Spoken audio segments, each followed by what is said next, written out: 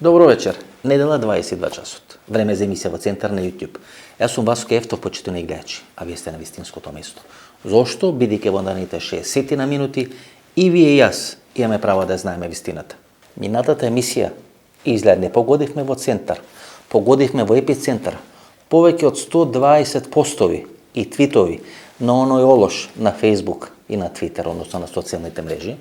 Можете и повеќе, почитувани гледачи. Можете и повалкано, можете и полошо, меѓутоа сега се зафатени со пишување петиции и организирање протести да се спаса спонзорот. Значи погодивме не во Центар, туку во Епицентар. И затоа емисијата го има во име, за да може да отвара прашање и теми кои се болни, но се битни за Република Македонија. И ние сакаме да учествуваме во разврска на тие болни процеси и болни прашања, за да можеме да влијаеме. Тоа е суштината и тоа е емисијата на емисијата во Центар. Затоа ние се дружиме повеќе од 20 години. Вие и јас. Таа врска која трае 20 години, се надам дека ќе трае наредните 10 или 20 години. Се поклонувам пред овербата. Останете со нас 60 минути, сигурно нема да зажалите. Вечерва требаше да направиме една микс емисија, која ќе биде составена од едно интервју во трајање од 25 до 30 минути и политичка анализа некаде 30 до 40 минути. Интервјуто трае веќе поеше од 50 минути, го снеевме интервјуто, ми се допаѓа интервјуто и направивме мала промена. Тезите или анализата кои требаше да бидат презентирани или соопштени во емисија ќе оставиме за во четврток, ќе направиме една нова анализа, една мешавина на состојби во ВМРО и состојби во СДСМ. Вечерва ќе имаме едно интервју тоа Јован Страшевски. Тој е човекот кој беше кандидат да биде лидер на ВМРО ДПМН пред Конгресот во Ландон, собра 33 подписи. Беше еден од најблиските соработници на Никола Груевски 2003 година, член на извршниот комитет на ВМРО ДПМН 2003 година, кога Никола Груевски доаѓа на чело на партијата. Беше соучесник или учествуваше во настани во Панорама, разврските во ВМРО ДПМН, конфликтите со Лјупчо Георгиевски. Понуда имаше да биде шеф на кабинет на Никола Груевски, имаше понуда да биде шеф на кабинет на Борис Трајковски. Значи еден од оние луѓе кои се невидливи, но учествувале битно во процесите на разврска во ВМРО ДПМН, и тој е човек кој цело време смета дека мери од коалицијата не само што не работи да го сруши Христијан Мицкоски, туку работи и прави се Христијан Мицкоски да остане на чело на ВМРО ДПМН. Значи тоа е едно дел на емисијата, 52-53 минути, а 7-8 минути ќе направиме мини анализа на тоа што се случува СДСМ, ВМРО ДПМН и партијата ДУИ. Денес беше конгресот на СДСМ, ние емисијата ја снимаме денес, сабота. Значи еден ден пред конгресот на СДСМ, предпоставам дека Зоран Заев е избран за лидер на СДСМ, бидејќи единствен кандидат. Зоран Заев доаѓа на чело на СДСМ 2013 година. Значи му требат 8 години да стане целосен газда на партијата СДСМ. Денес Зоран Заев, кој треба да биде избран за лидер на СДСМ, велам ние снимаме емисијата сабота, предпоставам дека конгресот е завршен, дека Зоран Заев ќе биде избран за лидер на СДСМ. Значи после 8 години Зоран Заев успева целосно да ја приватизира партијата. Ќе има уште еден конгрес, тој ќе биде за 2 месеци. Тоа ќе се случат кадровските промени во СДСМ или тоа што се најавува. Клучно беше за Зоран Заев да ја стабилизира својата позиција, на непосредни избори да биде прв претседател на СДСМ кој е избран на таков начин на гласање и од таа позиција за 2 месеци или за 60 дена да влезе во процес на разврска или на раскусурување во рамки на структурите на СДСМ. Конгресот во мај, мислам дека 16 мај е најавен, нека ќе биде тој нов конгрес, значи за 2 месеци. Конгресот во мај е битен да се одговори на прашањето дали Радмила Шекеринска ќе остане во врвот на СДСМ или нема веќе да биде дел на врвот на СДСМ. Всушност Радмила Шекеринска е веројатно постара во политиката од Џо Бајден. Единствено Радмила Шекеринска на европскиот континент или во Република Македонија е подолго во политиката, веќе 30 години, во споредба со Џо Бајден кој има 78 години. Радмила Шекеринска е заменик претседател на СДСМ. По доаѓањето на Зоран Заев на чело на СДСМ е сменен статутот на партијата и изборот на заменик претседател не го прави претседателот преку Централниот одбор, туку се прави на конгрес. Значи на исти конгрес се бира и претседателот на партијата и заменик претседателот на партијата. Што значи дека треба да биде сменет статутот на партијата за да може да биде сменета Радмила Шекеринска. Сите укажувања одат во правец дека Радмила Шекеринска ќе биде сменета. Сите овие афери кои се вадат сега за Драги Рашковски, за кинеските вакцини, така натаму, освен Јордан Орце Камче во Лаберита, дел од информациите ги дава преку своите медиуми, преку своите портали Радмила Шекеринска. Па ако се сеќавате и аферата Рекет, и туркањето на аферата Рекет, по оние поплави во специјалното јавно обвинителство за случајот Империја, така натаму, ги објавува портали под контрола на Радмила Шекеринска. Значи Радмила Шекеринска се обидува многу скапо да ја продаде својата цена или својата кожа во СДСМ, и ако веќе треба да замени во историјата или да биде сменет од функцијата втор човек на партијата, тоа да го направи по најскапа можна цена. Односно, да направи толку скапа цената да Зоран Заев не размислува да ја смени. Како што сега стојат работите, нема место за двајцата на бродот, или Зоран Заев или Радмила Шекеринска. Многу се мали шансите и Заев и Шекеринска да останат на овие функции после мајскиот конгрес на СДСМ. Меѓутоа Радмила Шекеринска во наредните 60 дена ќе направи се. Ќе ги изведи сите прелевјалишта на СДСМ преку своите портали и преку социјалните мрежи, односно медиумите кои се под контрола, и ќе направи се многу скапо да ја продаде својата кожа. Второто прашање е Оливер Спасовски. Ќе биде прекрупно за Зоран Заев да лезе во промена или во смена на Радмила Шекеринска и во смена на Оливер Спасовски. Тоа се два крупни играчи. Посебно што Оливер Спасовски веќе 4 години, ако не и повеќе од 4 години, е начело на Министерството за внатрешни работи. Можете да претпоставите кои се информации ги има на располагање Оливер Спасовски и може да тргува со тие информации, да има влијание или да има контрола на влијание со тие информации и да може да се пазари да остане на таа функција. Меѓутоа, што е проблем на Оливер Спасовски? Проблемот на Оливер Спасовски е што Зоран Заев од Струмица. Кога е некој од Струмица, само по себе има комплекс од главниот град. Нема целосна контрола на структурите на СДСМ во главниот град. Затоа е многу важно да ги има под контрола Штип, Куманово, Битола, евентуално Струмици и Кавадарци. Да може да направи компензација за слабото влијание во Скопје преку влијание врз овие 4 или 5 клучни градови заедно со градот Охрид во структурите на СДСМ. За Оливер Спасовски ќе биде клучно да ги подобри односите со градоначалникот Маријан, односно Максим Димитриевски, да има контрола врз изборниот процес во Куманово, доаѓаат локални избори и Зоран Заев не смее или не сака да дозволи ниту 1% на неизвестност кој ќе победи на тие локални избори во Куманово. Значи Оливер Спасовски има 2 месеци да го убеди Зоран Заев дека тој треба да остане министар на полицијата и дека е во состојба да ги менаџира процесите во Куманово без разлика дали Максим Димитриевски ќе биде или нема да биде кандидат на СДСМ на локалните избори во Куманово. Значи Куманово е бастион на СДСМ. СДСМ нема никогаш изгубено во Куманово на локални избори. Тоа не смее да се случи ниту на овие локални избори. За да остане подпредседател на партијата и министар за внатрешни работи Оливер Спасовски мора да му гарантира на Зоран Заев дека ќе победи на изборите во Куманово. Има 2 млади играчи во врвот на СДСМ, тој е Љупчо Николовски и тој е Бојан Маричич. Едниот ќе биде протежиран во рамки на партијата, вториот веројатно ќе биде протежиран во рамки на владата. Тоа се двата играчи на кои ќе се подпре Зоран Заев. Меѓутоа и после повлекувањето на Зоран Заев од челното место во врвот на СДСМ, дали тоа ќе биде за 4, 8, не знам колку години, Зоран Заев ќе сака да има и понатаму континуитет на струмичка линија во врвот на СДСМ, затоа ќе го форсира Костадин Костадинов. Всушност, Костадин Костадинов нема да биде еден лидер на СДСМ, бидејќи ќе биде too much, ќе биде премногу 10 или 15 години човек од Струмица да биде на чело на Социјалдемократскиот сојуз, туку Зоран Заев и после повлекувањето од функцијата во СДСМ, дали председател на држава, дали ќе заврши својата политичка кариера, сеедно, ќе се обиде да има контролен пакет во врвот на СДСМ преку Костадин Костадинов и да го форсира Љупчо Николовски, секогаш осигурач за Љупчо Николовски ќе биде Костадин Костадинов.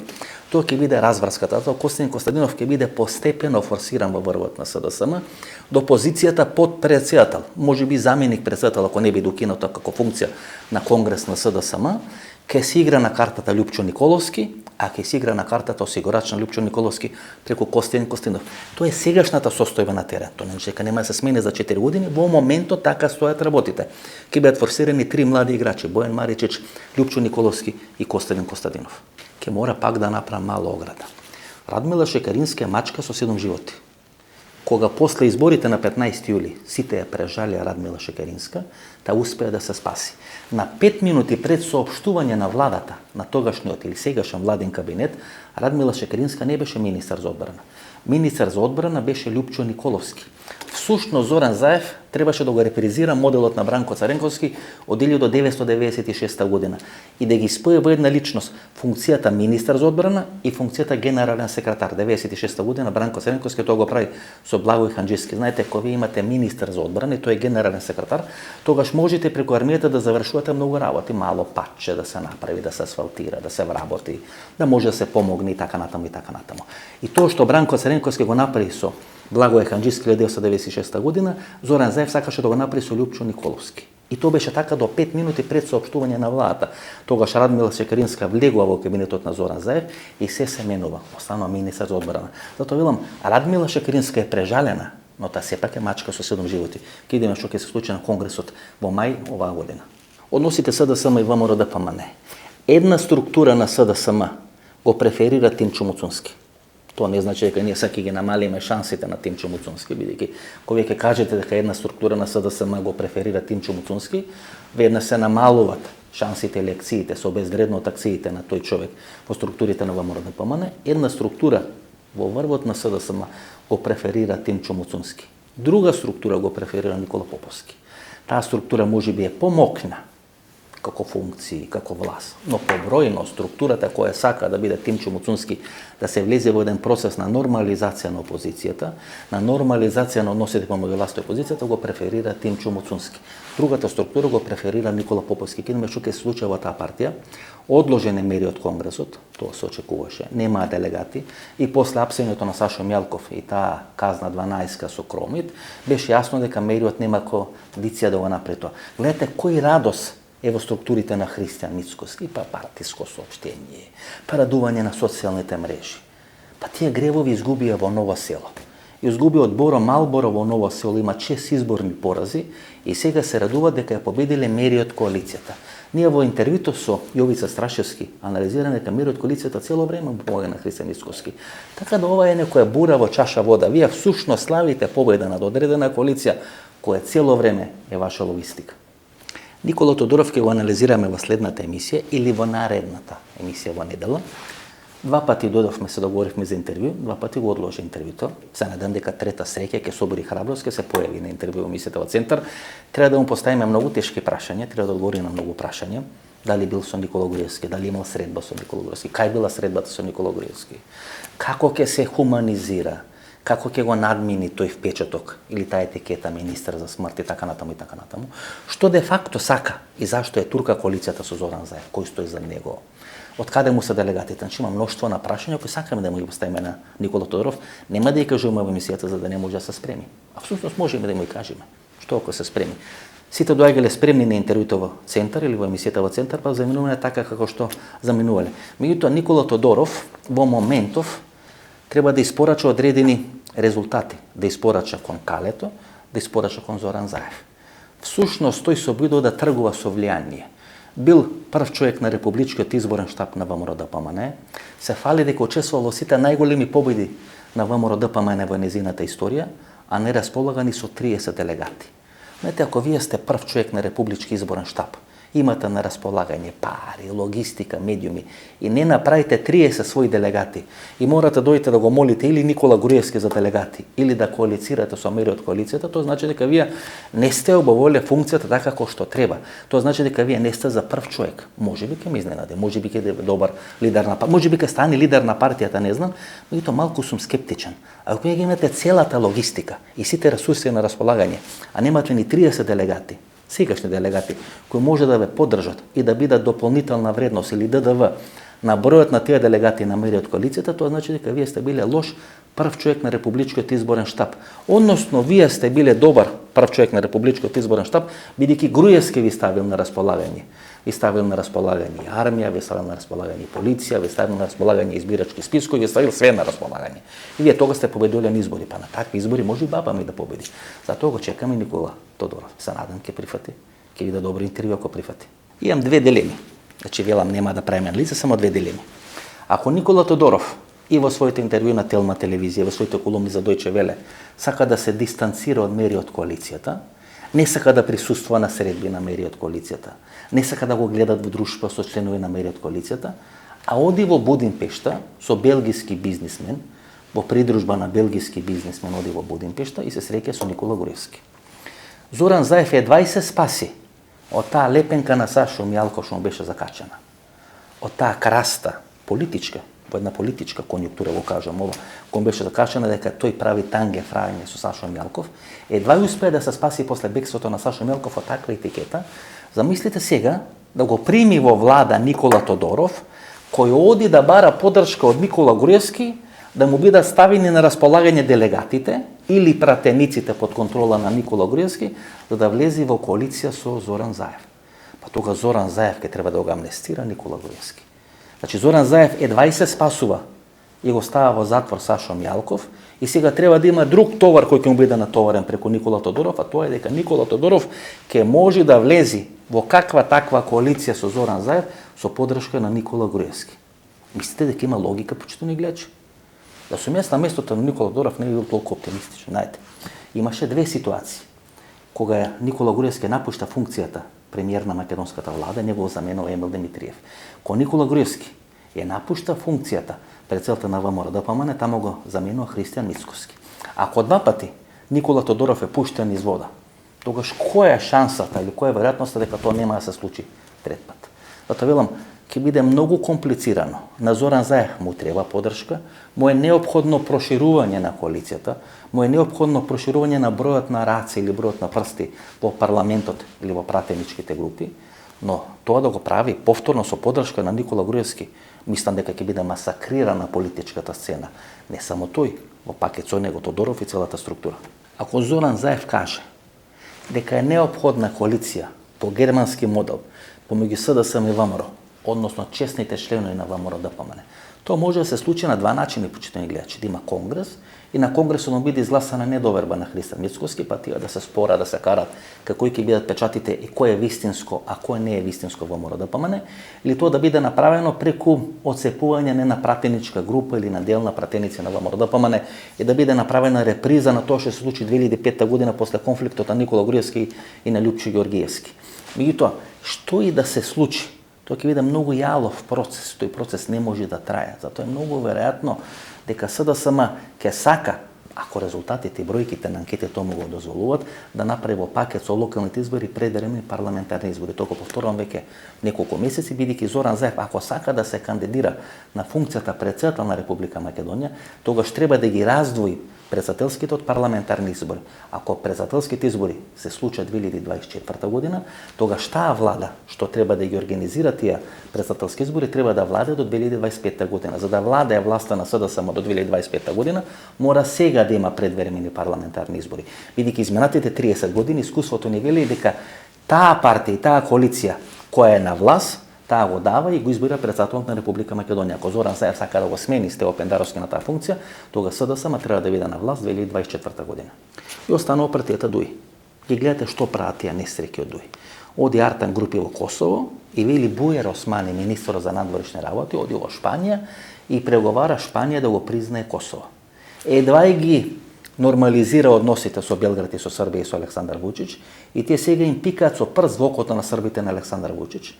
Сака да бидеме дел на конфликтот. Значи, минатата емисија ви објаснов дека стратегијата на американците ние да бидеме иземени надвор од конфликтот, да се намали влијањето на ДУИ во владата, да се направи некоја голема влада ВМРО-ДПМН, односно ВМРО, кој што вели Зоран Заев без Христијан Мицкоски и СДСМ, таа влада да може нормално да функционира и нормално да владе, за Македонија да не биде дел на решавање на тој косовски пакет, на тој дејтонски пакет, така натаму и така натаму.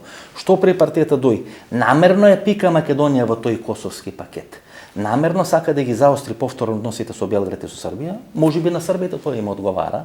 Структурата на ДУИ на УЧК била секогаш контролирана од српските разузнавачки или српските тајни служби и повторно преку тие несмасни, а можеби и смасни, а можеби договорени изјави на Артан Груби, Македонија треба да биде во тој косовски пакет. Зошто? Бидејќи ако на Зоран Заев му одговара да се нормализира политичката сцена, на Али Ахмети му одговара да се не нормализира политичката сцена. Бидејќи Али Ахмети може да преживе само ако повторно стане ненормална политичката сцена. Ако има политичка криза, ако има политичка нестабилност, само тогаш ќе бите на Али Ахмети. Затоа ова изјава на Артан Груби треба да ја сватите само во тој контекст како последен обид за спасување на војникот Рајан во албанскиот кампус. Ако Орце Камчев или Никола Груевски се војникот Рајан во македонскиот кампус, Али Ахмети е војникот Рајан кој треба да биде спасен во албанскиот политички кампус. Тоа е старост, почитувани гледачи.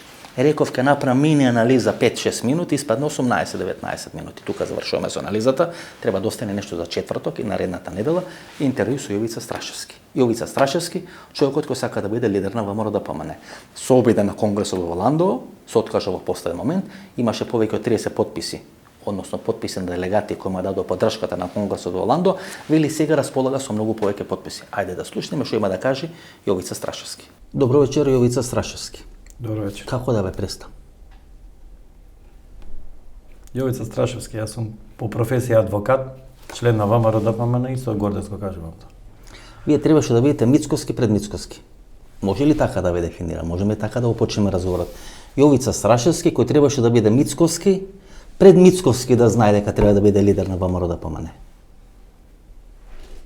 Па во еден момент можеме да кажеме, затоа што мотивот за да јас почнам да ги собирам потписите и да бидам еден од кандидатите за Валандовскиот конгрес беше што Кристијан Мицковски пред да започне официјалната процедура, пред Никола Груевски официјално да даде оставка, веќе имаше собрано над 130 потписи. Страшевски, вие значи сте човек кој во ВМРО ДПМН 20-25 години. Од дете. Од дете. Средна школа. 2003 година со Никола Груевски вие влегувате во ВМРО ДПМН, влегувате во извршен комитет на ВМРО ДПМН. Дали можеме да ве сметаме како човек на Никола Груевски? Дали вие и пред 2003 година сте имале некоја комуникација со Никола Груевски? Вака, јас сум во ВМРО ДПМН, не се врзувам за ниеден лидер, нити за ниедно раководство. Партијата си ја сакам и така е. Но со функции сте во време на Никола Груевски. Со функција си бев во времето, значи во Фондот за здравствено осигурување. Кога прв пат го знаете Никола Груевски? Никола Груевски прв пат го запознав кога почна проектот за денационализација и јас тогаш во 2001-2002. Значи 2001-2002. Да. Значи тоа е владата на Лјупчо Ѓорѓевски. На Лјупчо Ѓорѓевски владата. Јас тогаш бев вработен со договор во Министерството за финансии и работев на проектот за денационализација со почитуваниот професор Стефан Ѓорѓевски, кој го водеше тој проект. Значи господин Страшевски, таму е тога Зоран Ставлевски, таму е Милијана Киевски, таму е Гордана Јанкуловска, таму е Ванчо Карагов. Сите тие подоцна добиваат одредени функции. Ставлевски станува и кум на Никола Груевски. Само вие од таа екипа во Министерството за финансија на Никола Груевски не добивате функција, не добивате функција во извршната власт или не добивате функција на ниво на министер, на ниво на директор на ЦНР и така натаму. Зошто? Јовица Страшевски знае да почитувам, а не се покорувам на авторитетите. Не сте полтурона? Не. Овие се полтурони? Не знам да слушам, не се покорувам. Овие се полтурони? Аз знам да почитувам. Можно, не знам. Тоа треба тие да ви го кажат. Не се тука неблагодарно да коментирам, но Има една приказна, не велам дека е точна, но од луѓе кои многу добро ги познаваат работите во ВМРО, вела дека на секој 31 декември, како завршува годината, на најлојалните министри, на министрите кои му се под контрола, кои му одработуваат, кои му ги спроведуваат работите, Никола Груевски во плико од 50 до 200.000 евра како награда за лојалност. ова не сум го слушнал. Не сте слушнали таа приказна? Јас сум бил во извршен комитет, апсолутно таква работа не сум слушнал. Говорам за период после 2006 година, кога Груевски е прв човек на владата. Тој е модел на Мило Ѓукановиќ. За да бидат лојални, вие ќе ги платите. Кеш на рака. Велам дека точно човек или луѓе кои се добро информирани ми имат кажана таа приказна. Не можам да тврдам. Не сум слушнал таква работа. Страшевски 2003 година. Вие сте избрани да бидете прв човек на општинската организација или комитет, како ви се нарекува во ВМРО ДПМН, во Гостивар. Општински организации, Кристијан Мицковски, како стана лидер на ВМРО, вика општинските организации на ВМРО ДПМН. Страме, председателот да не знае дека сме општински комитети. Значи 2003 година вас ве бират како председател на општински комитет. Да, во Гостивар. Ве бира значи Никола Груевски. Да. Првите тројца што беа избрани на ниво на Македонија беа Александар Бечиклиски за Чаири Бутел, Точно, Маријан да. за Прилеп и јас за Гостивар. Маријан Ристовски. Маријан Ристовски.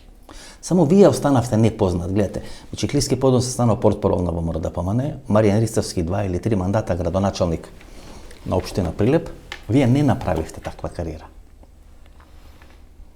Одлуката била таква на раководството, можеби во денешна гледна точка и подобро, затоа што секој кој работи може и да сгреши, сигурно би бил дел од овие процеси што сега се водат. Ке има некои бомби за вас. Ке биде некои бомби за вас. Мислам дека нема. Страшевски, од 2003 до 2007-2008 година вие сте член на извршен комитет на ВМРО ДПМН. Така. Тоа се оние први извршни комитети кои ги формира Никола Груевски. Така. Тамо се Димитар Димитров, тамо е Никола Клюсев. Так. Тоа е таа екипа. Така. Ке се вратиме на тоа време. Сега нели почнавме со Валандовскиот конгрес. Кога е Валандовскиот конгрес, вие собирате 33 потписи. Така. Реално ги собирате тие 33 подписи? Реално.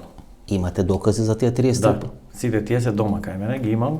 Значи, во ниеден момент не ги покажав на никого, ги кажав само дента кога бев на пресконференција на јавноста, не сакав на тие луѓе покрај сите притисоци што ги има, за да имаат повторно притисок или понатака некој да им се свети. Колку беа тогаш? Тоа беа околу 540 делегати. Така. Значи вие обезбедите 33 подписи, што Имав некаде околу 100 подписи што ми се потпишаа неофицијално, луѓе што беа делегати и ми кажаа дека беа приморани, а заради блискиот однос кој го имаат со мене, ми дадоа збор дека на конгрес, самиот конгрес ќе ме гласа. Значи 33 делегати сте имале во Крче, Да. на Валандовскиот Официјално конгрес, потпишани. официјално, а 100 ви рекле дека ќе гласат за вас. И ги имам и тие потпишани. А и вие ги имате потпишани? Да. Не, тие ми се потпишани неофицијално. Кажано, еве, подпис ти даваме да знаеш дека на конгрес ако се кандидираш, Со ние колку, ќе значи гласаме. вие со 130 подписи? Еве 100 нека се. Тоа значи дека 1/3 од конгресот вие сте имале под контрола. Така. И Валандовски. сега имам така. И сега имате под контрола? Да. Тврдам дека ги имам. Да не сте вие мери од коалиција. Не. Зашто мери од коалиција вика дека тие располага со 400 делегати. Така, не може да располагаат мери од коалицијата со 400, затоа што да зборуваме реално. Еве, ако јас контролирам 50-тина, најмалку Мицкоски контролираат уште 100. Тоа се 150. Рачунајте, кај да ги имаат тие 400? Колку делегати според вас сега? Има, на пример, Зоран Џорлев беше делегат, па почина и така натаму. Значи со тек на време некои починале, некои се имат деактивирано, се имат пасивизирано и така натаму. Со колку активни делегати сега се располага во ВМРО ДПМН? Мислите дека вкупно кога Во располагаме како моментот, бидејќи овие се Така, тие делегати, на други самиот делегати конгрес кога беше во Валандово 410 делегати беа. присутни. Присутни, од кои Мицкоски 350 и нешто гласа имаше. Меѓутоа, целата моја идеја што е Васко, значи јас во моментот кога ги собирав подписите, разговарав со потенцијалните кандидати што беа во тогашно време објавени во медиумите. Кој беа потенцијални кандидати? Па и Никола Поповски беше, и Филип Петровски ги зборува, и Антонио Милошевски, еден куп ги имаше. Илија Димовски. Илија Димовски. Сите тие на еден начин признава и не признава дека собираат подписи. Да, но тие го проблематизираа конгресот. Единствено што кој Тие седнав да разговарам и призна дека ги собира подписиве, значи вака официјално во МОВЕД беше Филип Петровски. Со него разговаравме во Брос кафе. Значи јас инсистирав покрај мене да излезе уште еден. И на Филип му го понудив тоа да излеземе двајцата, затоа што ако излезевме, тоа го кажав и на мојата пресконференција кога не ја дадов кандидатурата. Кажав дека ако излеземе двајца кандидати, нималку лесно нема да биде Кристијан Мицкоски да победи на конгрес. Сад да кажете. Затоа што го немаше потребното мнозинство да го Ако избере. излезевте двајца кандидати, Да. значи ако имаше Втор круг најмалку ќе има. 3 кандидати ако имаше на Валандовскиот конгрес, ќе имаше најмалку втор круг. Да. И мислите дека втор круг Мицкоски немаше да биде избран? Мислам дека не. Со потребното мнозинство. Дали вие всушност требаше да играте некоја спотер улога на кандидат кој Тодор Петров што правеше со Ѓорги Иванов и така Не. натаму, да обезбедите демократичност во наводници за конгресот на Мицкоски? Јас дадов поддршка на партијата Васко заради тоа што луѓето што денес седат во извршен комитет со Кристијан Мицкоски беа главни организатори на иницијативата да не се одржи вонредниот конгрес. Кои се тие? Па ево, на пример, Антонио Милошевски е прв.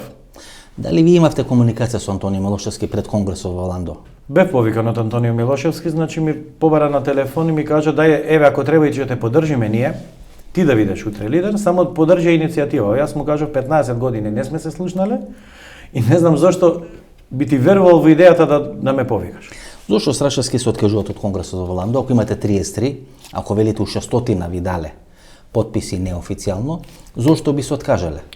Васко, наместена беше фактот дека она што го зборуваше и Филип и некои други што го зборуваат, Валандовскиот конгрес беше наместен. Сите го Не знаат. не беше проблемот тој што беше наместен. Проблемот беше мојата проценка дека треба да бидам денешно што е Кристијан Мицкоски. Што е денес Во момент. Што е денес? Марионета. Чива? Па на власта, на Заев. Добро, зашто Груевски го става и он станува марионета. Значи, ако Груевски го става Христијан Мицкоски и се уште стои зад Христијан Мицкоски, ве велите Мицкоски е марионета на власта, зашто Груевски не му го трга чергичето. Зошто не бара негова смена? Вака сега, таму има две теории, дека една е Груевски, една е заедно Груевски и Мијалков и третата е дека е Мијалков, тој што го инсталира со кран, како што кажувате, го носи Мицкоски во ВМРО. Мицкоски во ВМРО ДПМН никогаш не бил. Јас сум од дете во ВМРО ДПМН, сум ги поминал младинските школи, се сум бил во Унија на млади сили, обичен член, преседател, во извршен, јас Мицкоски не сум го видел. Прв пат Мицкоски го гледам кога станува директор на ЕЛЕМ. Прв пат. Прв пат. Тогаш и прашувам кој е човек. Кога е тоа? 2015-2016? Така, да. Кога станува генерален секретар на ВМРО ДПМН? За мене лично големо изненадување. Кој го става и зошто го става според вас, бидејќи видите ако некому дајте функција генерален секретар и тоа е само неколку месеци пред Конгрес, тоа значи дека вие му обезбедувате најдобра стартна позиција пред тој Конгрес во Ландова. Така. Тоа значи дека од пржино па наваму ви имате едно цело сценарио како да ја пренесете, да направите мирна транзиција на власта. Така. Се пише дека тоа го прави само Мјалков, а јас секогаш сметам дека Мјалков и Груевски никош не се скарени, никош не се раздвоени. Тука е Мартин Протујгер и тука е Јордан Орце Камчев, тоа е мојата теза. И трпам критики поради таа теза, еден дел од јавноста смета дека тоа не е точно, бидејќи Сашо сечи вени за да го смени Христијан Мицкоски. Што е вашата теза? Можеме ли да разговараме за вашата теза? Врско, јас, зашто не сум дел од коалицијата Мериот. Не дека там одредени луѓе од таму не ги почитувам, нити како личности, нити како функционери на ВМРО. Меѓутоа има одредени луѓе што стварно се и започита. Сте разговарале со Мериот коалиција за давање на ваш подпис? Дали вашите подписи кои сега ги контролирате биле дел на таа Мериот коалиција? Имаше некои неофицијални разговори, значи пратени луѓе да дојдат да разговараме, меѓутоа јас го одбив на следниот начин и јавно го кажувам, тоа е следно. Сашо Мјалков, ако сакаше да го смени на Христијан Мицкоски, имаше пол позиција кога би Христијан Мицкоски го исклучи од партија. Сашо Мјалков беше во партија. Значи во зградата, во Белата палата. Не беше осуден. Немаше притвор. Тоа е октомври 2018 година. Така. Сашо Мјалков имаше сила тогаш во ВМРО-ДПМНЕ, за разлика од сега. Можеше Христијан Мицкоски да го смени со еден потек, ако сакаше искрено. Како наеднаш добија идеја, после толку години, да го менуваат Христијан Мицкоски, кога веќе имаат и кривични постапки, и пресуди, каде што веќе влијанието е намалено и во партијата, и кај меѓународниот фактор, и во политиката нивно, и наеднаш добиваат идеја да го рушат Мицкоски. Не е искрена таа идеја. Сега да кажете дека Сашо Мјалков може да го смени Мицкоски 2018 година. Веднаш, ако сакал. Значи во периодот, во моментот кога Мицкоски го исклучува Сашо Мјалков од партијата, да. А нели тоа ги исклучува тројца, четворица, мислам дека Митко Јанчев, Никола Тодоров, Сашо Мјалков и така натаму, кај што Никола Тодоров и Сашо Мјалков ги спојуваат во едно исклучување од партијата, иако тие двајца се скарени на еден временски период. Мјалков тогаш може да го смени Мицкоски, не сака. Кога сака? Во тој период можел кога сака. Зошто не го менуваше на 16 јули? Мицкоски ги губи изборите на 15 јули минатата година, и ако некого сакате да смените, а Мицкоски и сам вела дека поднел оставка вечерта на 15 јули, бидејќи е разочаран од изборниот резултат, вие сте можеле да го смените на 16 јули. Сте можеле на 17 јули. Мицкоски поднел до Централниот комитет фиктивна оставка, негови луѓе избрани сите, кои од тие луѓе кои ги имаат сите тие 120 луѓе знаат дека ако Мицкоски ги избрал наредниот нема повеќе да ги избере. Знаат дека тоа има единствена шанса во животот нешто да направат. Кој од тие луѓе би гласал првин против себе, па потоа против Мицкоски, да му изгласа недовер. Значи Мицкоски има контрола на зградата и тоа никој не го негира. Да. Значи има контрола на извршен, има контрола на централен, има контрола на Белата палата и така натаму. Тие значи контролата на Мицкоски е централниот, извршниот комитет и дел од општинските комитети и председатели. Мицкоски комуникација со членството со општинските комитети со местните нема. 4-та година не е поеден по општински комитет. Тие луѓе точно знаат дека ако не е Мицкоски не се и ни тие на тие функции. Така. И тие меѓу себе се држат, се помагаат и си дават еден на друг легитимитет. Поентата и прашањето ми е, зашто Сашо Мјалков, ако сакал да го менува Мицкоски, не го менуваше на 16 јули, кога беше зрело, кога членството е разочарано, вие на членството му развиваат очекување дека ќе победите на изборите на 15 јули и се случува ВМРО-ДПМНЕ да изгуби. Зошто се чека до 28 март па се одлага конгресот сега на 28 март, а не се руши Мицкоски кога веќе има амбиент да биде рушено веднаш после изборите? Огромен амбиент беше створен тогаш за да се појавија многу афинитети кај многу од членството, од функционерите кои сака да дојдат на местото од Мицкоски на начело на ВМРО-ДПМНЕ. После конгрес. После изборите. Што се случува? Големиот Сашо Мјалков се појавува, ова е моје мислење и тврдење, се појавува и вика правам конгрес во август месец. И сите странични кои сака има афинитети да бидат лидери на ВМРО-ДПМНЕ, тука застанаа со нивните афинитети и тоа заврши. Само приказката беше кој ќе се спротистави на големиот некои од нивните портали со кои имаат комуникација, кои имаат комуникација да пишат по некој збор, да кажат колку да ние постоиме, тука сме. Сакате да кажете дека кога се јавува или кога се јавуваат иницијативи за смена на Мицкоски после губење на изборите, а тоа беа 4 избори поред, дека Сашо Мјалков излегува со иницијативата за да го спаси, а не да го смени Мицкоски? Да. Тврдам дека Сашо Мјалков со иницијативата и одмериот излегува за да го спасат Мицкоски. И секогаш кога Мицкоски има криза, тие се појавуваат со наводен конгрес. Август месец не одржаа конгрес, септември не одржаа, октомври не одржаа. Ноември го најавува, ама кажа ајде изборите се во Штип, нема да го држиме. Сега го најавуваат од технички причини, го откажуваме конгрес. Кои се техничките причини? Нема делегати. Тврдам дека првата и основна причина немаат поддршка и нема делегати. Втората работа е што го користат ситуација исто како Мицкоски, пандемијава е пречка да не го држиме тоа. Па ако толку се спремни, Бил ВМРО сте многу и нежни. ако толку сака, ВМРО сте многу нежни. може дигитализирано да го изведеме. Поради конгресот? пандемија не одите на избори во Штип. Поради пандемија не се држат конгреси. Ама, Па господи, вие сте не, биле не, комити, не, вие сте не. биле војводи, вие испаднате многу нежни, Комитите и војводите многу болежливи, многу се настрана бојажливи. во ВМРО сега, за жал. Настрана се? Да, овие балетаните јас ги викам, што во моментов ја водат партијата. Кој е Значи, најдобар балетан по вас? Мицкоски. Мицкоски. А тие што ја водат партијата во моментов сега прават кардинални грешки во однос на политиката. Ацо Николовски не ви личи на балетан? Кажа за сите. Има некое движење, вака се гледа кај него. Има елеганција во покретите. Елеганција во движење. Има елеганција во движењето.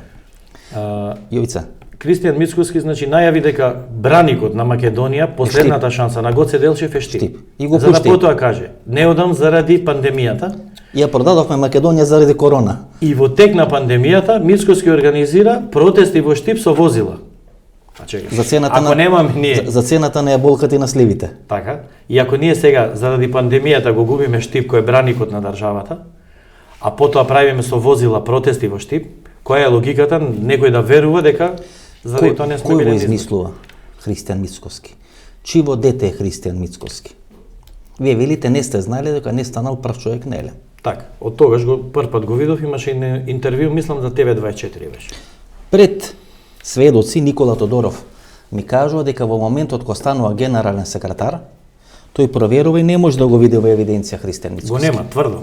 Јас Дека го нема во евиденција во моментот кога станува генерален, го нема во евиденција. Значи јас сум ја имал можност, целата евиденција ја имам На до бам- 2008 година, Го ја нема. имам целата евиденција, Кристијан Мицкоски го нема.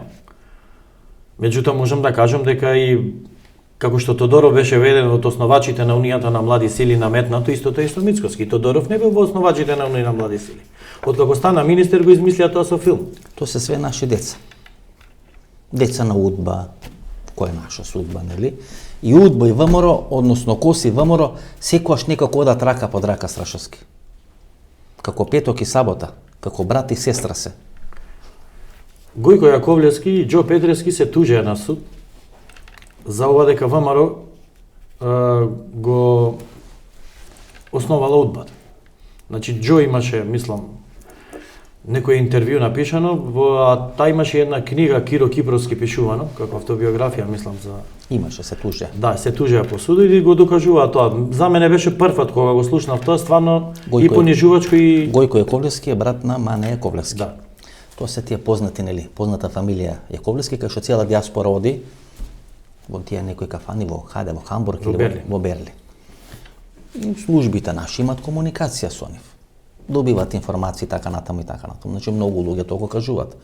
Во досијата има за Мане Јаковлевски. Мане Јаковлевски во интервју со мене признава дека имал комуникација со наши служби, со бугарски служби и така натаму и така. Значи тоа го нема демантирано. Значи има огромна разлика меѓу тие двајца, иако се брача. Гојко Јаковлевски е основач на партијата и с респект за човекот. Мане Јаковлевски се шлепа на грбот на вратот и цело време глуми дека е основач, тоа не е. Исто како јас да кажам дека сум судија. Мане сега ви е главен во гостиор. Па мисли дека е главен, мислам дека не е главен. Прави штета само на комитетот и на Страшевски, партијата. ајде да го затвориме тоа валандовско прашање. Вие сметате дека Мицкоски со 150 потписи тргнува во Конгрес или во Конгресна разврска пред Груевски да најави дека ќе се повлече од функцијата? Груевски најави дека се повлекува од функцијата, меѓутоа официјално немаше оставка дадено и не беше почната процедурата. Кога кај мене дојдоа, кај мене не беше тоа кај мене, јас бев во еден кафич во центар. Кој доаѓа кај вас? Па дојдоа Јанушев и Славиша едно. Јанушев кој подоцна станува генерален секретар. Да, и кажа да се потпишам на списокот, јас прашав што е списокот, 138 требаше да бидам по потпис, вика поздрав од шефот. Вика многу шефови има, не знам кој е вече. Од кој шеф? Па не знам, веројатно Мицкоски го сметаа тоа кашно време. Тогаш за во тој шеф. момент го смета за шеф Мицкоски. Така, јас не се потпишав и тоа ми беше главниот мотив на кој начин неферски, на сила, демонстративно Тоа е сака да го направи. Тоа е таа велешка линија. Игор Јанушев кој станал генерален секретар, Панче Тошковски кој е сега председател на таа статутарна комисија. Многу ми навелат, Панче Тошковски има многу блиски релации со специјалното јавно обвинителство и дека специјалното јавно обвинителство треба да му даде една благодарница на Панче Тошковски. Не е потврдено, но вела дека има исклучително блиски релации со специјалното јавно обвинителство. На еден чуден начин Панче Тошковски го напушта Министерството за транспорт и врски, иако е човек од доверба заедно со Јанушев, заедно со Димитар Димовски на Милена Киевски, го напушта и почнува приватна адвокатура. Вела дека во кабинетот, односно во канцеларијата адвокатска на Панче Тошковски, е штабот кој ги собира подписите на Христијан Мицкоски. Можно е, не можам да потврдам дали е така, меѓутоа Панче Тошковски јас го запознав случајно, дојде во Министерството и мистериозна замина. Која беше приказната? Знаете која беше. Треба ли СЕО да му даде на Панче на ваква благодарница? Па ако им помогнал, да. Мислите? Меѓутоа не постои веќе СЕО. Не постои СЕО. Да. Да, и тие луѓе се бореа да го нема СЕО. Се бореа бидејќи некој ќе откриеше каква е нивната улога во функционирање на СЕО. Мислам дека СЕО го создадува вештачки и откако СЕО почна да смета и на тие што го создадува, најдоа начин како да го уди. Срашовски, ко Панче Тошковски го напушта Министерството за транспорт и врски. Половина или една година адвокат на општина Струмица. Има адвокатска соработка со општина Струмица на Зоран Заев. Овој податок не го знам, меѓутоа Членството многу податоци не знае. Членството на ВМРО да помене. И се дојка имат унгарски пари, се дојка имат портали, се дојка имат една орда на разни ајдамаци, на разен олош на Фејсбук и на социјалните мрежи, ова вистина не може да стигне до членството. И во еден момент кога членството ќе ја слушне ова вистина, кога членството ќе свати со кого има работа, оние снимки од Сејшелите ќе бидат мачки на кашлица за информациите кои ќе ги добие членството за тоа што се случува, како доаѓаат луѓето на власт, со кого соработуваат, како му се обраќаат на Заев. Сте слушале таа снимка? Јас имам една информација дека Мицкоски на Заев му се обраќа со шеф. А сега кога беше во клиника, по мене во наводници дека е болен од коронавирус, имаше еден статус напишано на Facebook, профилот кај него и објавен на страната на ВМРО, кај што вика сите што му се починуваат на Заев го викаат шеф. Значи и тој. Починет. Да. Министар за опозиција, што би рекле. Срашовски. Нема опозиција, Васко. Знаете, да има опозиција во држава во моментов нема да биде ваква разврска. Да, тоа ми е мака. Тоа ми е жал мене. Многу ме прашуваат од членството вака обични граѓани. Не можеме да сватиме на сите работи, глупости што ги направи СДСМ, Заев, со смена на име, на Да се. не падне. Да не падне. Би вика дете од улица да земевте, да го ставевте, ништо да не зборувавте, треба да победите. Епа викам треба нешто да ви е јасно, дека ние како ВМРО ништо немаме понудено. Вие не смеете да победите. Значи тоа раководство кое е начело на ВМРО Не само што не сме, мислам дека ова раководство и не сака да победи. не сака да победи. Е договорено да не победи. Значи договорено да не победи. Вие треба да играте улогата на Српска радикална странка на времето на Војслав Шешел. Да добивате привилегии од власта, да добивате тендери од власта, а никош да не станете власт. Па јас мислам дека нешто е слично како во Србија, значи самата власт треба да си прави кај нас сега и Опозиција. и протести и опозиција и тоа исто како што е во Србија. Стрешевски, зошто не истрчувате на конгресот во Вландо? Значи јас имам доста разговори. Кој вас ви вели, дали Груевски ви убедува дека не треба да учествувате Не. на конгресот во Вландо? Не. Се среќавате ли со Груевски? Да. Што ви вика Пред Груевски? да ги почнам да ги собирам подписите и откако ги собрав, значи му кажав на Груевски дека ги имам собрано, Груевски каже дека не поддржува никого. Тоа јавно го зборуваше. Вие цело верувате време. дека Груевски не поддржува никого? Искрено да ви кажам, во еден момент кога тоа го зборуваше, верував.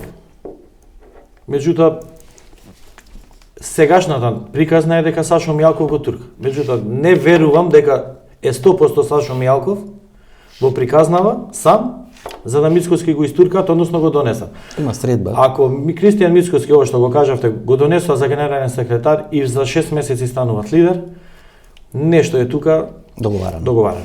Има средба кај што се Мартин Протуѓер, Сашо Мелков, Никола Груевски и Милија Накевски. На кого е разговарано, на која средба е разговарано за номинацијата на Христијан Мицкоски. Имате некои информации за таа средба? За таа средба немам информации. Таа средба се има одржана во партиската зграда. Имам информации во партиската зграда каде што се собрани поголема група на луѓе во кабинетот на Груевски. Каде што во тој период мојата сопруга требаше да оди на разговор со Никола Груевски да се видат. Имаше слушнато некои работи од овој тип на договарање, кој потоа искрено Груевски ми ги негираше. Че вие имате средба со Груевски, тој ви негира дека стои зад Мицкоски. Да. Мицкоски едва и победува на Конгресот, не победува едва и бидејќи има против кандидат, победува бидејќи едва и цензусот се обезбедува. Првиот ден ако ги гледате делегатите на Конгресот, значи оние што беа обезбедување, значи што беа протокол во Конгресот, седеа на седиштата за да се прикаже пред јавноста дека имаме бројка. Тоа е факт, не може да го побие никој. Луѓето кои тогаш го негира Конгресот, го негира изборот на Мицкоски, тој Антонио Милошевски, сега член на извршен комитет, тој Илја Димовски, еден од главните играчи, не е пратеник на социјалните мрежи, во телевизиските, медиумските настапи, еден од фронтмените на ВМРО ДПМН. Значи луѓето кои го проблематизираат Валандовскиот конгрес, сега се најлојални, се најблиско до Христијан Мицкоски. И тоа во клучен момент влегуваат. Во клучен момент по губење на изборите. Да. На 15 јули 2020 година. Зошто? Кој им вели, знаете, Мицкоски го нема тој капацитет да лепи луѓе. Значи тие луѓе му се налепени. Или Никола Груевски има дадено зелено светло, или некои структури надвор од Република Македонија имат речено дека тие луѓе треба да се залепат до Христијан. И надворешниот фактор и поранешното раководство, мислам дека има дел и во учеството во сегашното раководство. Ова екипа Конрад Аденауер, нели дел на таа екипа Конрад Аденауер, смета дека може да биде некое средно решение и да даде свој кандидат за еден лидер на ВМРО ДПМН. Како е тоа средно решение? Па, например, Нериот и Христијан Мицкоски да се карат, а Конрад Аденауер да даде нов лидер на ВМРО ДПМН. Ма ти од Конрад Аденауер, кој излезе од таа групација, јавно да излезе да каже ние сме лидер? Еве ги за Мериот прво да го расчистим. Мериот закажува 10 пати конгрес, не 10, 5. Август, септември, октомври, март сега нема конгрес. Имаат ли тим лидер да кажат ова е нашиот лидер што треба да го наследи Христијан Мицкоски? Нема. Нема тим лидер. Сега се Ивица во ваша емисија кажа не сакам. Митко Јачев кажа сакам да бидам најново дел од раководството, не сакам да бидам лидер. Претходно даваше изјави дека ќе биде лидер, ќе го падне Мицкоски се повлече. Што се случи со луѓето стварно не ми е јасно. Меѓутоа една работа е факт дека тие немаат тим лидер и не можеш да лобираш, не можеш да повикуваш членство, да даваш мотивација ако немаш тим лидер кој ќе кажеш еве го овој од денес ние там. Лидерот на Мериот коалиција. Никола Тодоров се појавува, но не сака да има врска со Мериот коалицијата. Како вели Тодоров, таа Мериот коалиција е направена уште 2017 година за изборот на Христијан Мицкоски. Тогаш му одговараше Мериот коалиција, сега не му одговара. А вие цело време се всушност против Мериот коалицијата. Вие мислите дека таа Мериот коалиција функционира цело време и цело време му даа подршка на Христијан Мицкоски. Мислам дека Мериот коалицијата, Христијан Мицкоски и владеачкава гарнитура на СМС соработуваат. Како швајцарски саат. Да. Никола Тодоров на прочка оди и се среќава со Никола Груевски. Немам таква. Тоа не е демантирано. Што би барал Никола Тодоров од Никола Груевски според вас? Па веројатно можеби поддршка за еден нов лидер да биде. Зошто? Страшевски, ај вака да анализираме. Значи Груевски се повлекува од премиерската функција. Кога се повлекува Груевски од премиерската функција, негов наследник е Емил Димитриев. Груевски се повлекува од лидерската функција, негов наследник е Христијан Мицкоски. И во двата случаи Никола Тодоров сака да биде наследник на Груевски. Ако два пати Груевски не го бира Никола Тодоров, туку го бира Емил Димитриев или Христијан Мицкоски, која е логиката и која е веројатноста дека трет пат ќе му даде подршка на Никола Тодоров? Па и заради Тодоров? тоа не верувам и дека имало средба, значи Имало средба. Никоја не ја демантира таа средба. Според моите информации се случува на прочка. Тодоров е замина тамо со белгиски. можеби би отишол да побара прочка заради тоа што греши некои работи.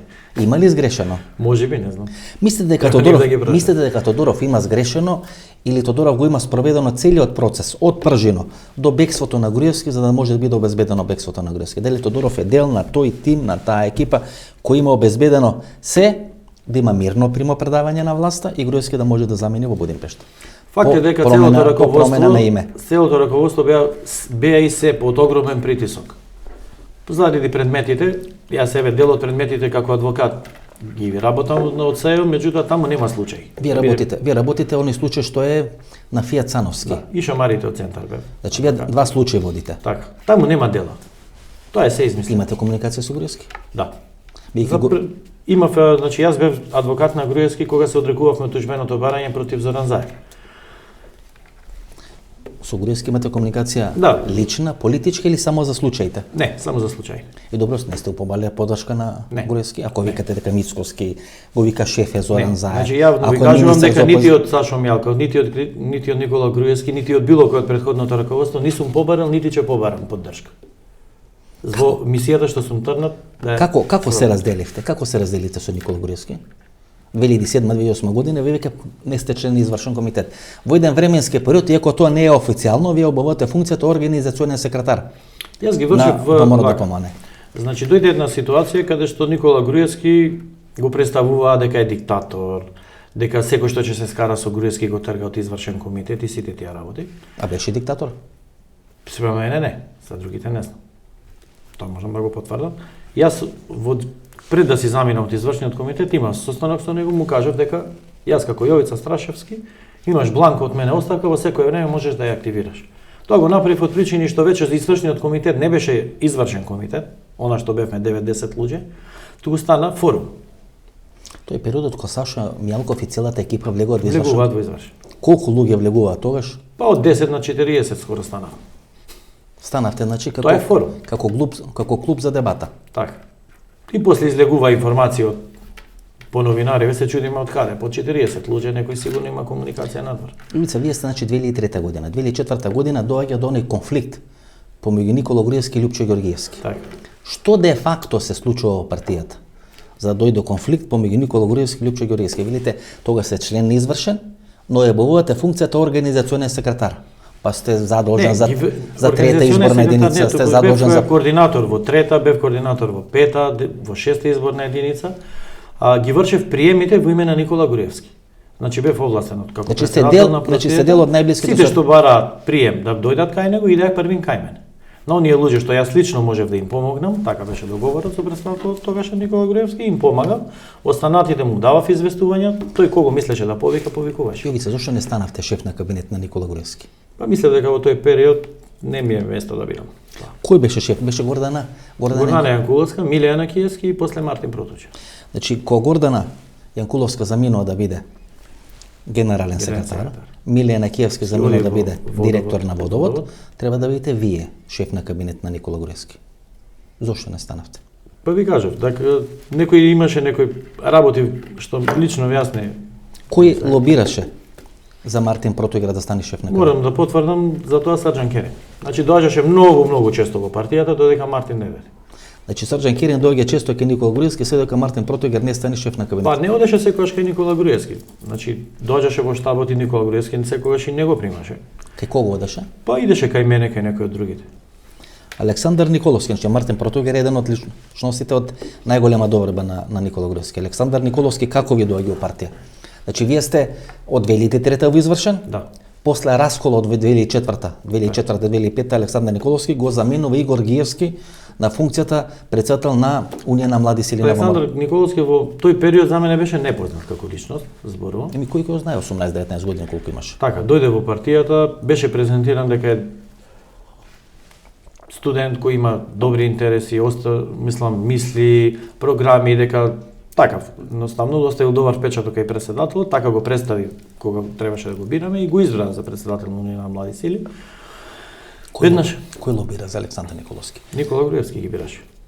Кој по вас лобира кај Никола Груевски за Александар Николовски? После некој период имавме ние локални избори.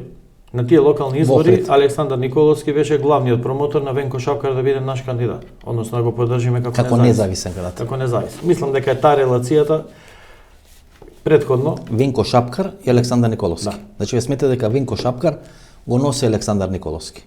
Моје мислење е така, затоа што веднаш за 6 месеци доби возраст да го поддржиме на избори. Тогаш партијата е во тешка финансиска ситуација. Да, тогаш партијата мора да поддржи одредени кандидати. Леов во Велес, Трифон Костовски во Скопје, Венко Шапкар во Охрид. Не ги поддржавме заради финансиската состојба, јас бев член на извршен, затоа што направивме добра проценка. Значи, еве, ќе кажам за Ѓорче Петров, Сокол Митрески во тој период беше поддржан. Кој требаше да биде кандидат за Скопје? На изборите 2005 година? Па имаше инсистирање во тогашно време од Ганка Самуиловска, Цветанова, да биде Никола Груевски. И примерот го даваше дека Жак Ширак бил градоначелник на Париз, па потоа станал председател. Значи Ганка Самуилова... Меѓутоа, нашите анализи беа дека ако и Никола Груевски додеше во тој период на избори, дека ќе изгубиме. Значи Ганка Самуилова, како тогаш подпредседател на партијата, предлага и сугерира Никола Груевски да биде кандидат на ВМРО ДПМН. Еден од предлозите на извршените комитети беше и тоа. На изборите 2005 година. Да. На тие избори се прошетува Трифон Костовски. Значи, ако Трифон Костовски со најголема доврба, тоа значи дека Ганка Самуилова, кој сега човекот најголема доврба на Христијан Мицкоски, сега од Ганка, Сашо Кедев и така натаму се луѓе кои се логистиката во тие интелектуални кругови на Христијан Мицкоски. Значи, Ганка Самуилова Цветанова 2005 година сака да го истурка Никола Груевски да биде кандидат за градоначелник. Еден од предлозите беше и тој. Тоаш Груевски ќе беше веќе поранешен политички мртов. Да, ако излезеше на тие избори Никола Груевски, сигурно дека не како Никола Груевски како личност, туку ние како ВМРО ДПМН сигурно ќе изгубевме на град Скопје. Значи Ганка Самуилова се гледаше себе си како лидер на ВМРО ДПМН. Тука ли е конфликтот со Никола Груевски? Конфликтот настана, тука доктор Кедев изгоре од тој конфликт, меѓутоа мислам дека не беше конфликтот заради тоа што Ганка да ја превземе ВМРО ДПМН, беше конфликтот заради тоа што одредени структури што беа околу Ганка Самуиловска, луѓето на кои тај им веруваше во тој период, мислам дека тие направија таква ситуација за да... Кои се тие луѓе? Па, не е благодарно да ги спомнам, ама еве, Оливер Шамбески беше во тој период, Бети Канчевска. Значи луѓето од Оврба, да. Значи луѓето од Министерство за култура, кои беа луѓе на да, сите тие што беа со Ганка, Ганка ја снема, тие добија големо напредување. Тоа е факт и реална вистина. Страшевски, какви ви се односија тога со Борис Трајковски? Тоа е 2003-2004 година. Борис Трајковски загинува на 28 февруари, мислам, 2004 година. Доста Димовска го обвинува ВМРО и Никола Груевски дека тие не планирале да застанат зад кандидатурата на Борис Трајковски, дека тој морал да оди и на такви меѓународни конференции за да може да го крева својот рейтинг во јавноста, дека ако ВМРО го поддржува, дека тој не би ни одел на такви меѓународни конференции. Какви беа тогаш односите на Груевски на Борис Трајковски? Ние имавме тогаш Општинскиот комитет во гостивот, Борис Трајковски побара средба да дојде. А ние во исто време бевме со Груевски, беше дојден во гостивот, имавме вече за агенда закажан. И нормално таа средба не се оствари со Општинскиот, после тоа имав многу повици од страна на председателот да се видиме. Јас отидов кај него дента пред да почне. Председател Борис Трајковски. Борис Трајковски. Отидов дента кај него, значи после 2 месеци од првото барање за да се видиме, јас бев можеби еден од последните луѓе кои се виде со него во претседателскиот кабинет во собрание. 2 месеци во бара, значи Борис Трајковски, вие не одите на средба со Борис Трајковски. Па тогаш имаше нарушени односи, искрено да ви кажам, бев во некоја дилема дали да одам, дали да не одам. Тогаш Лјупчо Ѓоргиевски, кој почесен председател, се извинуваше на македонската јавност за работата на Борис Трајковски како председател. Тогаш Лјупчо Ѓоргиевски се уште во партијата. Се уште е близок на Никола Груевски. Так. Почесен председател. Тогаш се извинува на македонската јавност за делата или злоделата направени од Борис Трајковски. Да, но по смртта на Борис Трајковски излезе дека не сме знаеле човекот колку придонел за Република Македонија. Да. Значи ве 2 месеци мислите и ден пред неговото заминување за Мостар, ви имате средба со него. Имав со него средба во неговиот кабинет, тоа е веројатно и заведено во собранието и бев легитимиран кога влегов кај него. Разговаравме, рече жалам што не успеавме до сега да се видиме, веројатно не те пуштаат од партија, реков не е така, имаше некои ситуации кај што стварно не можев да дојдам, разговаравме и рече јас немам ништо против Никола Груевски, против ВМРО ДПМН, сакам да го помогнам. Побара поддршка? Од мене не побара поддршка, него само ми кажа, еве размисли да се видиме, дали би сакал да дојдеш да бидеш во мојот дел од кабинетот, односно шеф на кабинет. Да бидете шеф на кабинет на Борис Трајковски. Да. Јас веднаш му реков не. Шеф на кабинет на Борис Трајковски бил Зоран Јолевски. Да. Тој замина после. Замина во Светска банка, после замина нели во беше амбасадор во Соединетите американски држави. Значи, ако вие сте биле шеф на кабинет, би направиле многу голема кариера. Зошто го одбивте Борис Трајковски да бидете? Тогаш бев шеф член на извршен комитет на ВМРО-ДП, ама не имав други планови. Значи не беше нешто политички, не беше нешто против личноста Борис Трајковски. Човекот и тогаш го ценев и сега под неговата смрт кажувам дека беше човек кој исклучително го почитував. Народен човек. Јовица, ако 2 месеци претходно испиевте кафе со Борис Трајковски, може и во авионот ке бевте за Мостар. Така да инстинктот веројатно би има спасено. Може. Конфликтот Груевски и Лјупчо Ѓорѓиевски, вие сте член на извршен комитет. Да. Не само што сте член на извршен комитет, туку во некои градови на Македонија успевате таа документација да ја земите, да ја вратите назад, бидејќи тоа е една бракоразводна парница, ве така да ја Значи, јас наречеме. член на извршен комитет станувам на првиот состанок во Панорама, пред да видат тепачките. Значи пред да биете пачките. Да. Тогаш станувам член на извршен комитет. Никола Груевски предлага одредени луѓе, меѓу кои сум и јас. Панорама се случи што се случи со тие сите тепачки, каде што искрено... Значи ова е состанок пред тепачките или на иста средба се случува тоа? Не. Пред. Значи, јас откако станав член на извршен, после тоа... Па закажан е состанокот Да. во Панорама. Да. Централен комитет во Панорама. Имавме, значи, и разговор имав со Никола Груевски, не предложи, бевме, значи, на централниот и не избра во Панорама. После тоа настанаа расколите во партијата. Значи кога се случува Панорама, веќе сте член на извршен комитет. Како се случува расколот? Бака да ви Зошто кажам, се случува расколот? Чудно ми беше мене затоа што јас бев повикан од старото раководство на и Лјупчо да помогнеме на конгресот во Охрид да победи Никола Груевски. Тоа е 2003 Да. година. И мене ми беше искрено многу чудно затоа што знаев близината на Маријан Ѓорđев со Лјупчо Ѓорѓиевски, со цела гарнитура, а знаев односот на нив према Никола Груевски, затоа што во тој период Никола Груевски не им подпишуваше секогаш согласности на оние барања што ги бараа за вработување. Има малку она што се зборуваше нарушени односи. И најднаш викаат Никола Груевски треба да Значи Лјупчо Ѓорѓиевски има добри односи со Маријан Ѓорчев, да не речем одлични. одлични. Вие очекувате како биде Маријан Ѓорчев, Така. а Лјупчо Ѓорѓиевски бара од вас да биде Никола Груевски. Па од сите бараа да го поддржат Никола Груевски да се Вие сработи. го поддржавте Никола Груевски? Не, јас затоа што кажав во општинскиот во Гостивар, тогаш бев член дека нема да гласам за Маријан Ѓорчев, не бев делегат на конгресот, бев само Присуствувач. да. Присуствував на конгрес. Како се случува Панорама? Каде доаѓа конфликтот? Конфликтот доаѓа по мене во суета, можам да кажам. Лоша проценка мислам дека во тој период беше на Лјупчо Ѓорѓиевски дека може да го команда Никола Груевски и да биде негова марионета. Никола Груевски многу добро во тој период ги постави работите во партијата. Направи еден пресек, не ги изврка. Меѓутоа направи пресек на се она што беше раководство, донесе нови луѓе, дел од старите ги задржа, како што беше Коце Трајановски, Силвана Бонева, Илија Китановски, некој ги задржа во извршниот комитет и направи еден преоден спој каде што требаше тоа. Одредени луѓе, можам да ги спомнам, Ден Дончев, Оровчанец и некои други во кабинет на Никола Груевски, дента пред Панорама, дешавките. Јас бев присутен, каде што му вика ти си најдобар, Лјупчо вака, Лјупчо така, зборуваа против Лјупчо многу работи. Одиме на централниот комитет, истите луѓе стануваат и зборуваат против Никола Груевски. Неверно беше за мене затоа што сето тоа беше за половина час разлика. После Панорама дешавката, јас прв излегов на пресконференција, позади мене беше Петар Попасов, Миле Карагуевски, директорот на Осломе што беше, и не се сеќавам на некој други. Горан Петров, мислам дека беше градоначалников, не ме фаќате за збор на Велес. Јас го повикав Лјупчо, ако ја сакаш партијата, трни ја раката од партијата. Ова што си трнал да го правиш, не оди на добро. Јас бев првиот, тие снимки беа на Сител телевизија на прес го држав. Јовица, во Панорама Лјупчо победува? Не. Зошто Груевски сака се повлечи? Не. Груевски, значи имаме Панорама и имаме Холидин. Некако све крупните разврски во ВМРО не се врзуваат со некои хотели. Или хотел во Охрид, или Мериот коалиција, или Панорама, а главната работа е всушност во Холидин. Дали помеѓу Панорама и Холидин Никола Груевски планира да се повлече од Во еден период кога разговаравме, Никола Груевски вика преку глава ми е од овие глупости, сакам да се повлечам. Од лидерска позиција.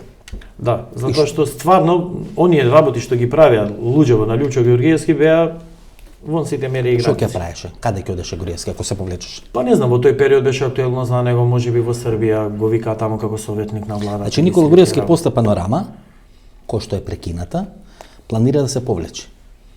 Има информација дека меѓународниот фактор, дека ако во конгресната сала на Holiday Inn се случуваат продолжетокот на Панорама, дека на 5 на 6 спред во апартманите на Holiday Inn има канцеларија американскиот амбасадор, тогашниот американски амбасадор Пол Волерс. И дека тој ја контролира всушност разврската во Holiday Inn, дека така губи Лјупчо Георгиевски, Никола Груевски останал Ние лидер имавме, на значи, ВМРО јас ДПМН. работев на таа поддршка на Никола Груевски, не ми е страм тоа да го кажам, затоа што стварно не можам да кажам ни Лјупчо Георгиевски дека грешавал. Она што Лјупчо Георгиевски го грешил како лидер на партијата, ако било во 100%, ние како обични членови сме грешеле барем 1% во спроведувањето на неговите одлуки. И сите лидери што даваат насоки во партиите, ние како обично членство кога ги спроведуваме тие работи, да имаме одреден приденост и не може да плюкаме по се што е поминато во ВМРО.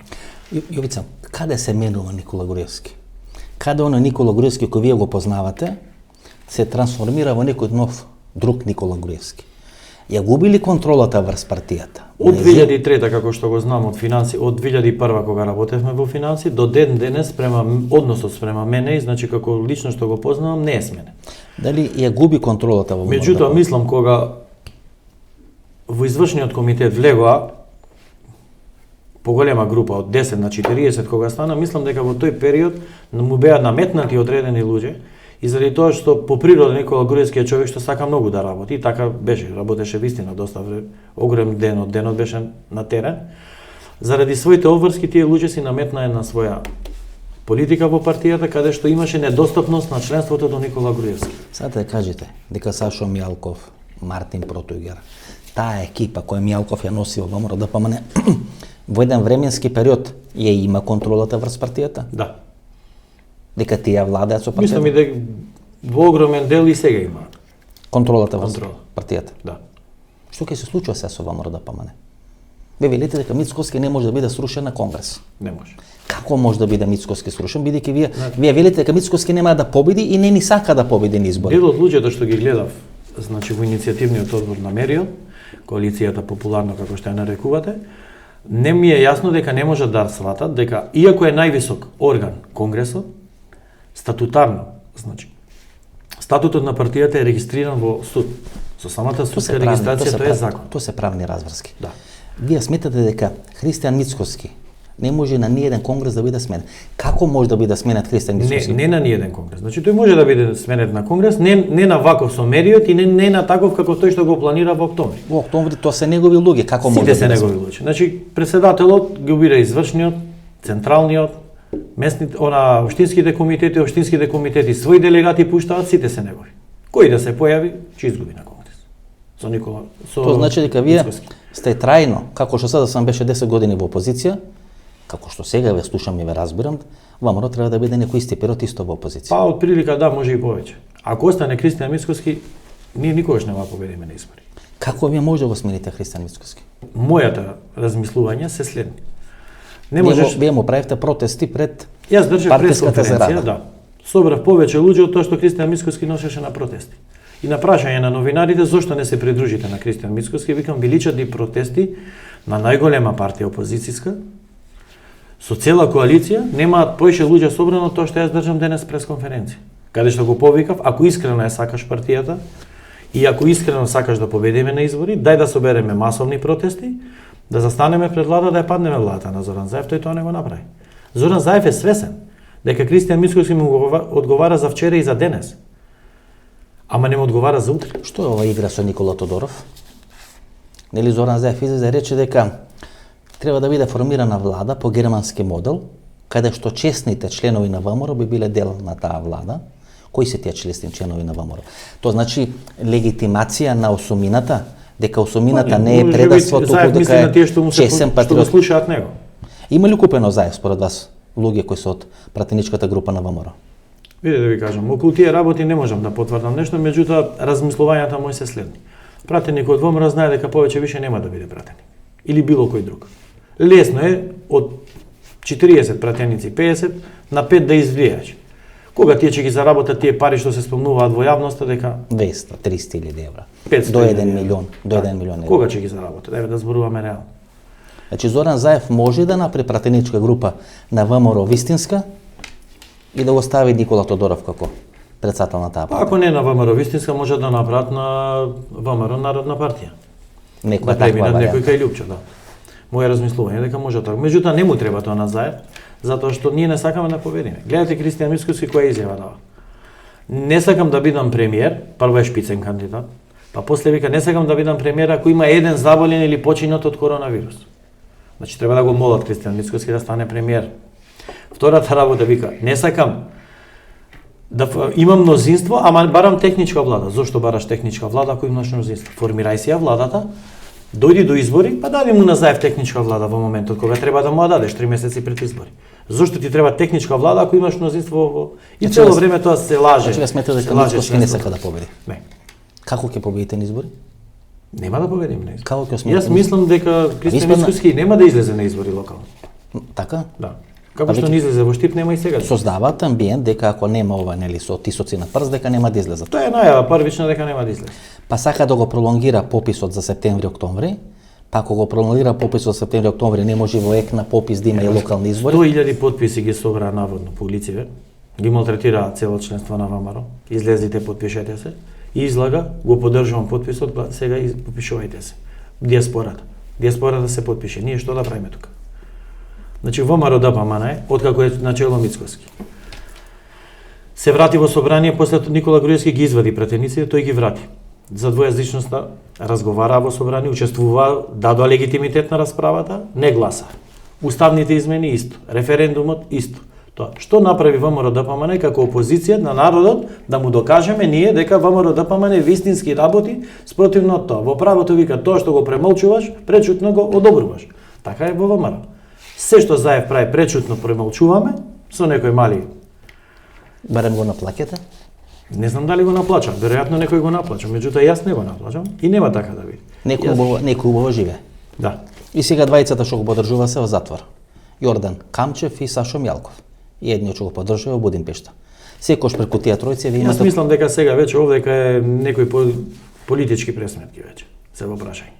Политични бизнис пресметки. Но вие смете дека Зона Заев има целосна контрола врз Кристијан Мицкоски. Да. И дека со Кристијан Мицкоски не може да победите. Не. До кога според вас ќе биде Мицкоски лидер? Се да дојде момент додека не трне некој да го струши. Кој? Јас трнав. Вие. За разлика од овие што ги спомнувате, контрата на НАУЕР, мери од коалиција сите, немаат тим лидер. Јас трнав сам. Без опашка од нити еден од звучни имиња што беа во партијата во претходниот и сегашниот период. Те заборя да ве прашам. Зошто Емил Димитриев, според вас, беше технички премиер? Мислам дека е тоа инсталација од надвор. Чива? Од надворешен фактор. Ајде кажете нешто чива инсталација. Па не знам, некоја биографијата кога ја чита, ја кажува по медиумите, барем неговата, беше дека има некои војни школи завршено во Австрија. Германска линија. Можеби. Конрад Аденауер. Вие се гледате ко лидер на ВМРО? Искрено да ви кажам, јас трнав во таа мисија и со подписите за Конгресот, тогаш се И се повлеков. повлековте. Да, се повлеков заради моја лична проценка дека прво ќе имам пораз на нечесен начин, а второ дека ќе видам Кристијан Мицкоски што е сега. И едното и другото не ми беше спојиво, не сум се откажал од идејата. Имам поддршка во членството. Јас, ако успеам да бидам лидер на ВМРО, можам да ветам пред цело членство дека нити дел од сегашно, нити дел од претходните раководства звучни имиња нема да бидат. Не може еден човек да биде 30 години на функција или пратеник или било што. Па гледате во Владко Имаме и други. Ѓорчев. Гледате во Владко Ѓорчев. Владко Ѓорчев и Радмила Шекеринска се единствени кои се повеќе и постари во политиката од Џо Бајден. Овие од бебење се Владко Ѓорчев и Радмила Шекеринска. Владко Ѓорчев ми е комшија. Така, пријатели сме, членови одамна во ВМРО ДПМН, Кај сте комши? во Бардовци. И вие купивте таму некој плац. Да. Нема ВМРО-вец, нема ВМРО-вец што нема у Бардовци. Таа ми е куќа наследно од покоен татко ми. Си по иновија име наследство и на Владко Ѓорчев и на Антонио Милошевски. Не име наследно. Они како си имат уредено сонувале Бардовци да имат хациенди или некој резиденција. Како беше резиденција Страшевски пишуваше повесници. Да, пишува, да. Страшевски, се гледате за лидер на ВМРО? Да. Кој ќе ви помогне? Па искрено да ви кажам, јас верувам многу во членството. Членството мислам дека би застанало зад мене. Ќе одите вие на гулаш во Будимпешта? Не. Мора ли да се оди на гулаш во Будимпешта? Знаете, имам чувство дека Никола Груевски во Будимпешта и како Ванчо Михајлов во Рим или како Ајатолах од Хомеини во Париз. Веско ви тврдам дека нити кај Сашо Мијалков ќе одам, нити кај Никола Груевски ќе одам да Кај побарам Сашо не поддршка. можете да дојдете, Добро, ќе излезе еден ден. освен ако не сте му адвокат. Ќе Или излезе ако не еден ден. планирате на топол оброк 3 пати на ден додите. Не, ќе излезе еден ден. Како и да е. Значи, ви кажувам, нити до сега сум бил, нити од сега планирам да одам. Нити кај едниот, нити кај другиот, нити кај било кој од предходните што биле во раководство на ВМРО ДПМН, трнав сам во мисијата и мислам дека е така најчесно према членството. Меѓутоа не треба да плукаме по ништо во ВМРО. И не е срамота, на пример, јас гледам дека дел од ВМРО се срамат да спомнат дали комуницираат со Никола Груевски или со било кој. Не е грев да комуницираш денес време со никој. Можеш да комуницираш и со најголемиот криминалец и со најдобриот човек. Да не ги правиш лошите работи, а да комуницираш нема ништо лошо во тоа. Јовица, многу среќа. Ви благодарам. Може ќе успеете, може нема да успеете. Јас ви дав шанса да кажете тоа што Се имате надевам да дека кажете. ќе успееме и дека ќе имаме прилика да разговараме. Се најдобро. Фала. Ова беше емисијата во Центар, 70 минути. Реков 60 минути, траеме 70 минути. Се надам дека не бевме досадни. Се надам дека уживавте во емисијата. Ако ви се допадна ова емисија, ново дружење, четврток 22 часот. До четврток од 22 часот, пријатно вечер Македонија. Каде и да си?